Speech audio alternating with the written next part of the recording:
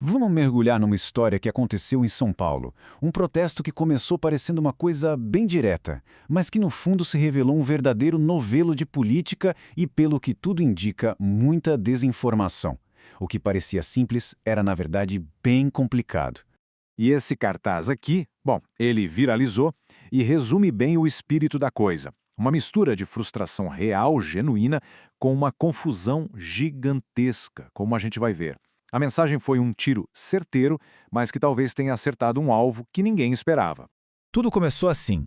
Entregadores de moto em São Paulo simplesmente pararam vias importantíssimas da cidade. A razão? Eles estavam furiosos com o que eles acreditavam ser uma nova regra imposta pelo governo.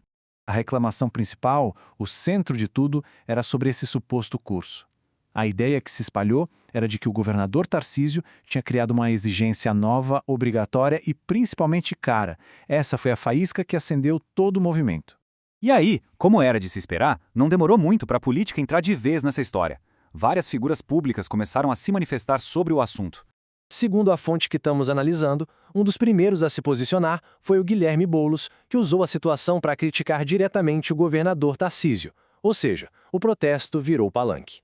Mas é exatamente aqui que a trama começa a se desenrolar de verdade. Para entender o que aconteceu, a gente precisa olhar para as leis, porque, de acordo com a fonte, tudo isso pode ter nascido de um baita mal-entendido.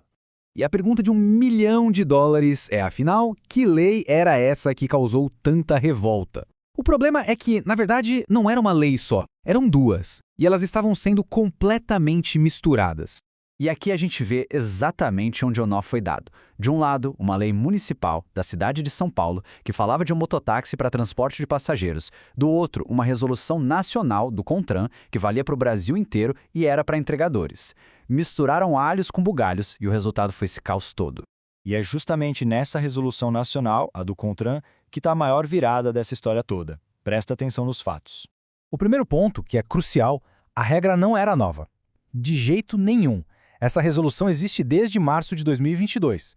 Então fica a pergunta, por que a revolta só estourou agora, 2 anos depois, chamando a regra de nova? Isso leva a gente para a pergunta central de toda a manifestação.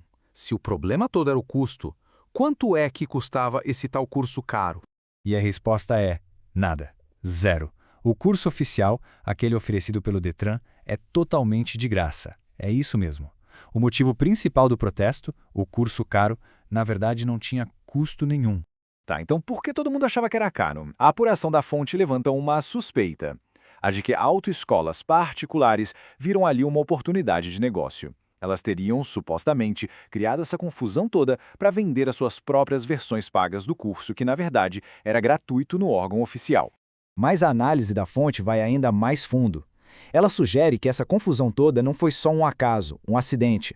Foi, na verdade, o cenário perfeito para uma jogada política. E a suposta estratégia teria 3 passos bem definidos. Primeiro, pegar a confusão que já existia e jogar mais lenha na fogueira. Segundo, direcionar toda a raiva dos manifestantes para um alvo específico, o governador. E terceiro, o grão finale, aparecer como o herói que tem a solução para o problema. E essa citação tirada diretamente da fonte resume a acusação de forma bem direta.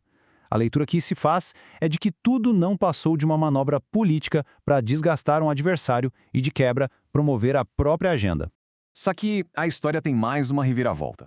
O protesto, que em tese era contra o governador do estado, acabou tomando um rumo totalmente inesperado e acertou em cheio um alvo muito, mas muito maior.